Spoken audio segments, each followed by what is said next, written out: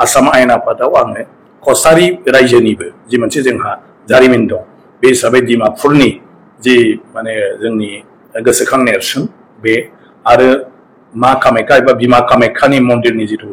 अन्थाइआव माने दाननाय जोंनि माने आर'नाइ आगर थानाय बे खुन्थानि जि डिजाइन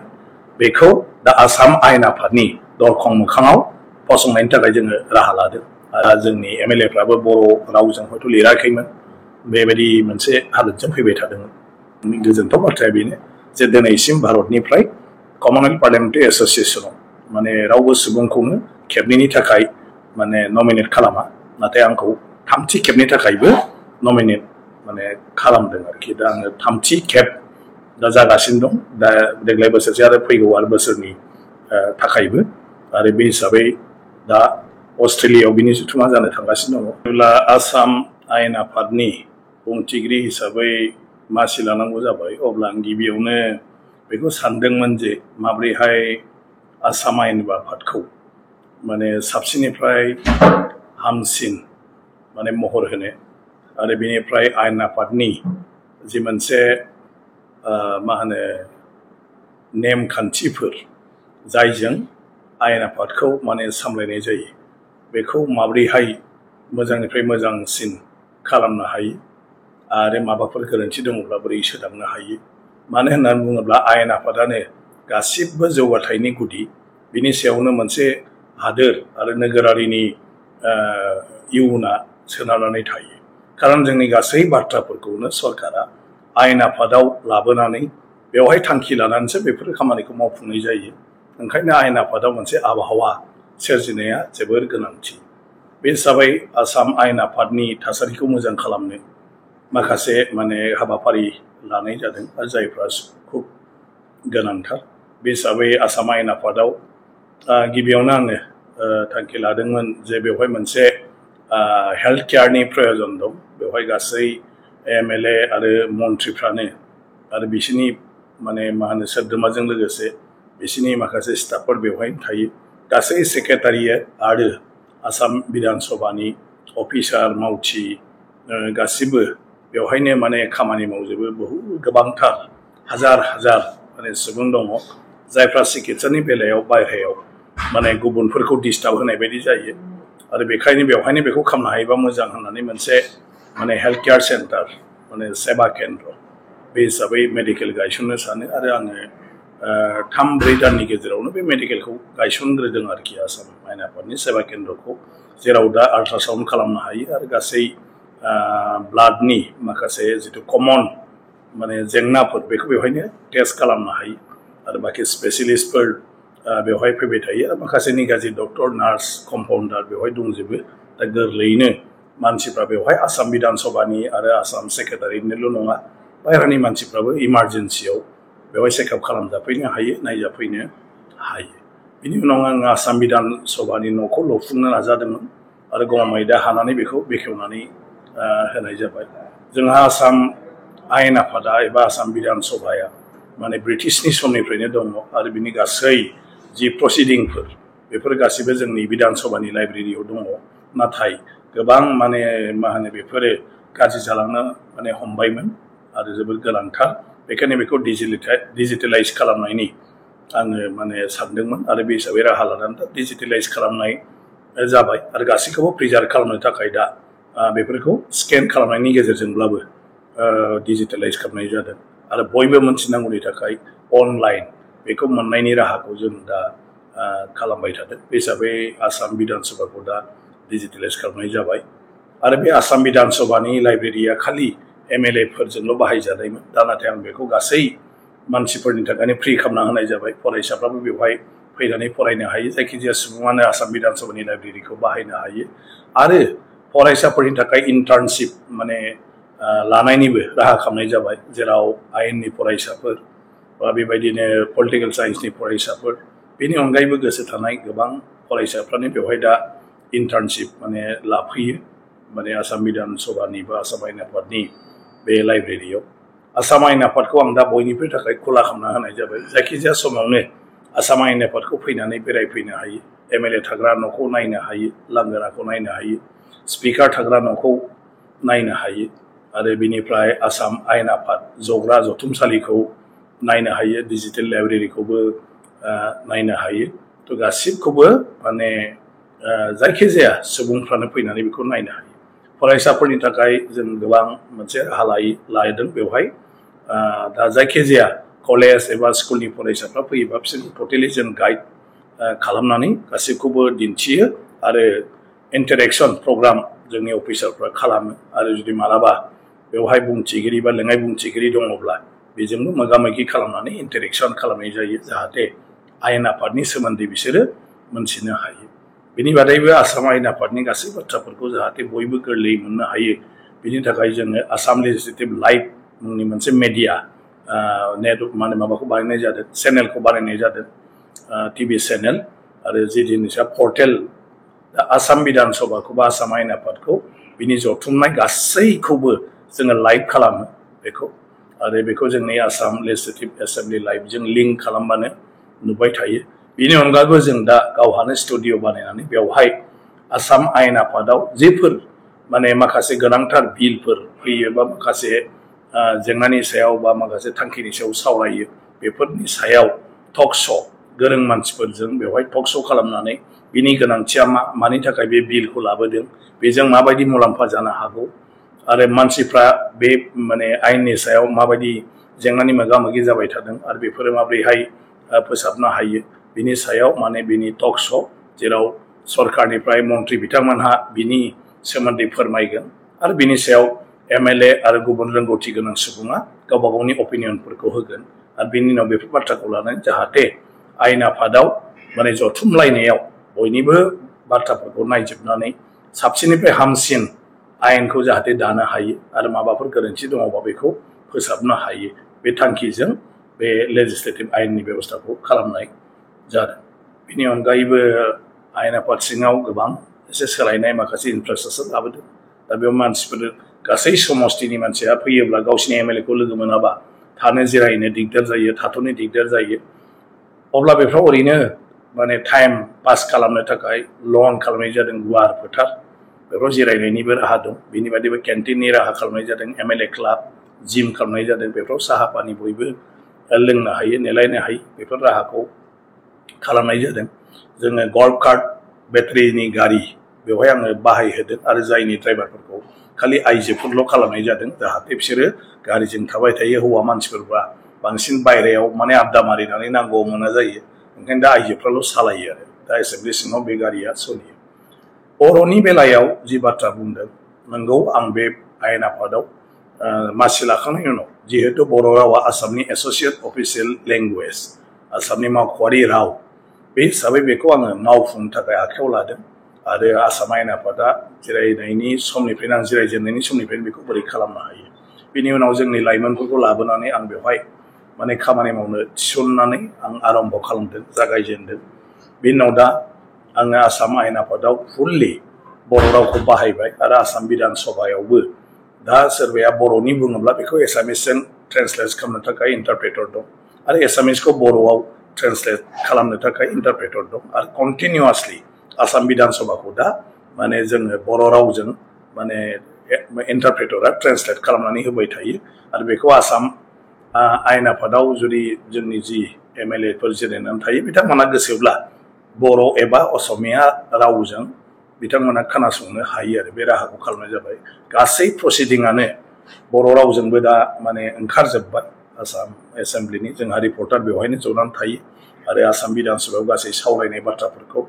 जोङो बेवहायनो लिरो आरो लाइभ जानायखाय जोंहा रेकर्डिंनिबो राहा दं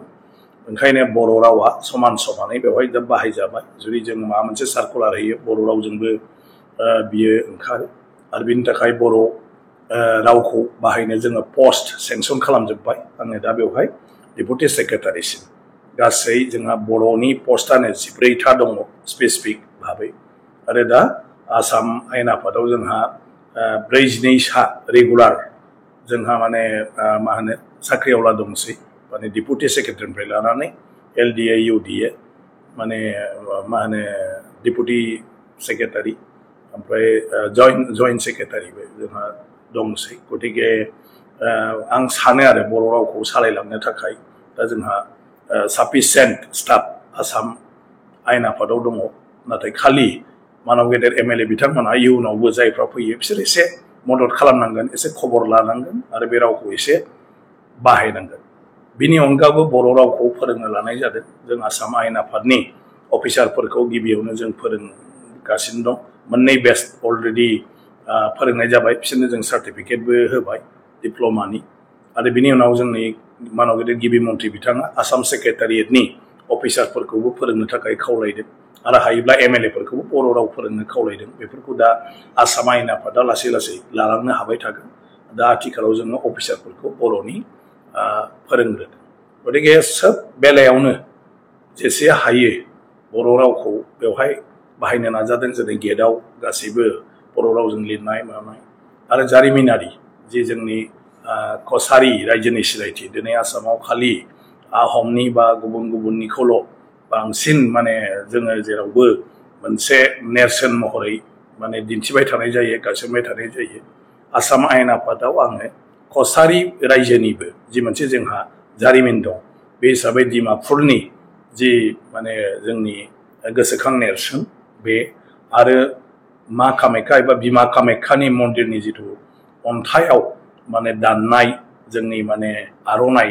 आगर थानाय बे खुन्थानि जि डिजाइन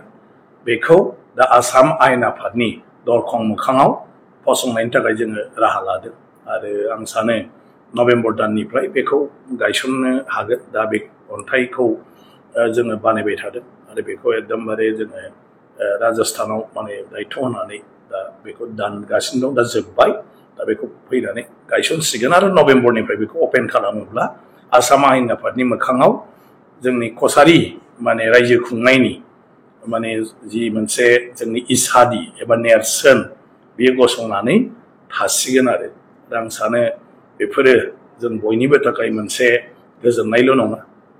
इयुनावबो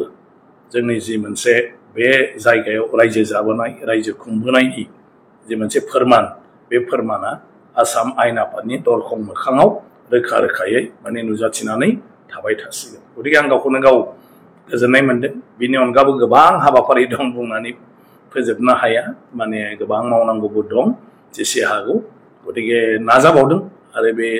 साननैसो उनाव जों बेसेबां हायो आरो बिनिफ्रायनो बड'लेण्ड आयेन आफादखौबो जोङो मदद खालामनो नाजादों आरो बिथांमोननि खावलायनाय लेखा बे रुल बिजाबखौबो बड'लेण्डनि रुल बिजाब हिसाबै बाहायनो हाथाव रोखोमै गासिबो ड्राफ्टफोरखौ दा खालामनानै अलरेडि सम्पुर्ण खालामनाय जाबाय आरो बड'लेण्ड आयेन आफादा जुदि बेखौ नायसोमनानै फोसाबनानै लायोबा बड'लेण्डनि जि आयेन आफाद आं सानो बेखौ मोजाङैनो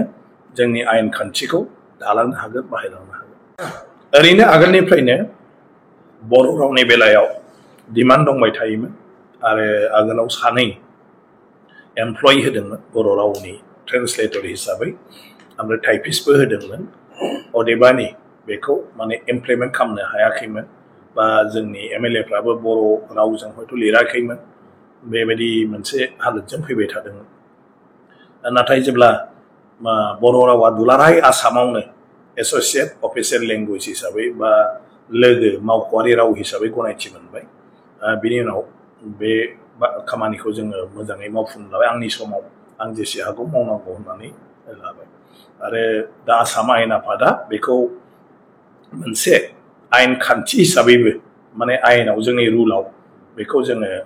पास खालामनानै लाबाय बे दा आसाम आयेन आफादनि गासै प्रसिडिं आरो गासैबो बियो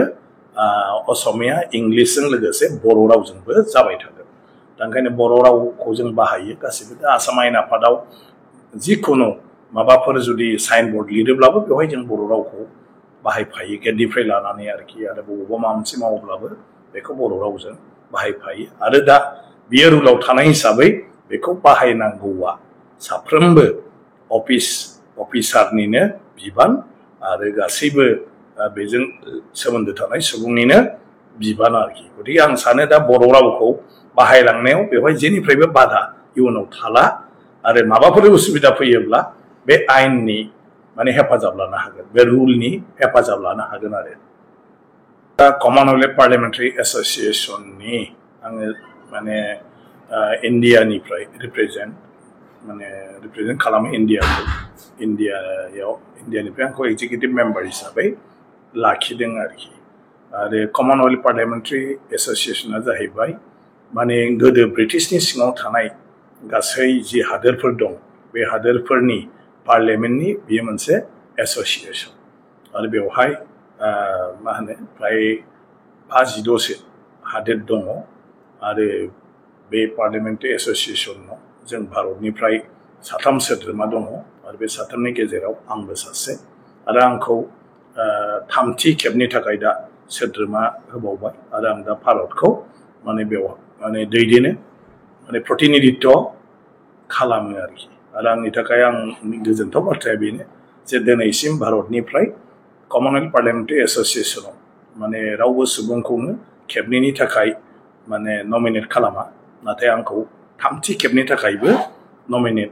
माने खालामदों आरोखि दा आङो 3थि खेब दा जागासिनो दं दा देग्लाय बोसोरसे आरो फैगौ आरो बोसोरनि थाखायबो आरो बे हिसाबै दा अस्ट्रेलियायाव बिनि जथुमा जानो थांगासिनो दङ आरो बे अस्ट्रेलियायाव आङो भारतनि जानानै बाहागो लाहैगोन माने फैगौ 3 अक्ट'निफ्राय 8 अक्ट'सिम बे जथुमा जागोन बेवहाय जों माब्रैहाय जोंनि माने हादोरनि जि मोनसे आयेन खान्थियारि माने हाबाफोरखौ मोजांनिफ्राय मोजांसिन खालामनो हायो आरो माब्रैहाय जोंनि जि मोनसे गणतान्त्रिक बेबस्था बा डेम'क्रेटिक जि बेबस्था बेखौ जों माब्रैहाय साबसिननिफ्राय हामसिन खालामनो हायो आरो माब्रैहाय गणतान्त्रिक बे खान्थिखौ गोग्गोरासिन खालामनो हायो बिनि सायाव सावरायनाय जायो आरो बिनि सायाव माखासे थांखि लानानै जों बोरैहाय माने आयेन आफादनि सिङाव माने माब्रै जोङो जोंनि जिथु हादोरनि बायदिसिना बाथ्राफोरखौ माने सुबुंखान्थिनि गोनांथार बाथ्राफोरखौ सावरायनायनि साबसिननिफ्राय साबसिन राहा लानो हायो बेफोरखौ माने डाइरेक्सन होयो आरो बे मथे दिनै खामानि मावलांगासिनो दं जेसे हागौ गोबांनिफ्राय जों सोलोंनो मोनो गोबां बाथ्राफोरखौनो आरो माखासे जोंनि बाथ्राफोरखौबो गुबुना मोजां मोनो आरो बिसोरबो गावसिनि पार्लियामेन्टआव एबा एसेम्ब्लियाव बिसोर एडप्ट खालामो आरो जोंबो खालामो बे हिसाबै बे कमनवेल्थ पार्लियामेन्टारि एस'सिएशना जोंनि थाखाय माने गोबां माने मदद गोनां आरो मदद जायो दा आसामावबो कमनवेल्थ पार्लियामेन्टारि एस'सिएशन जोंहा दं नर्थ इस्टनि आरो आसामावबो माने एसेम्ब्लिया गाव हारसिंनो मोनसे कमनवेल्थ पार्लियामेन्टारि एस'सिएशननि जोङो ब्रान्स आरो बे ब्रान्स हिसाबै दा आं गाव स्पिकार थानाय समाव गासै काउन्सिलनि माने चेयारमेनफोरखौ लानानै मोनसे आरो कमिटि दानाय जादों आरो बे हिसाबै काउन्सिलफ्राबो जाहाथे पार्लियामेन्टारि प्रेक्टिसखौ बिसोरबो सोलोंलांनो हायो आरो मावलांनो हायो मोजांनिफ्राय मोजां बे हिसाबै बे थांखिजों आरो कमनवेल्थ पार्लियामेन्टारि एस'सिएशननि जोंनि सा सानजा भारतावबो आङो 6 शिड्युल एरिया बड'लेण्ड कार्बि आंलं एनसि हिल्स आरो मेघालयआव दं जोंहा 6 शिड्युल जोंहा त्रिपुरायाव दं 6 शिड्युल जोंहा माने मेघालयआव दङ 6 शिड्युल बे 6 शिड्युलनि स्पिकारफोरखौबो जोङो स्पेसियेल इनभाइटि हिसाबै आं दा थांखि दैखांनानै दा बेखौ लानाय जाबाय दा कमनवेल्थ पार्लियामेन्टारि एस'सिएशननि नर्थ इस्ट जनाव जोंनि बे 6 शिड्युलनि काउन्सिलाबो माने बाहागो लाबाय थानो हासिगोन आरो बिनि दारै कमनवेल्थ पार्लियामेन्टारि एस'सिएशनजों सोमोन्दो थासिगोन आरोखि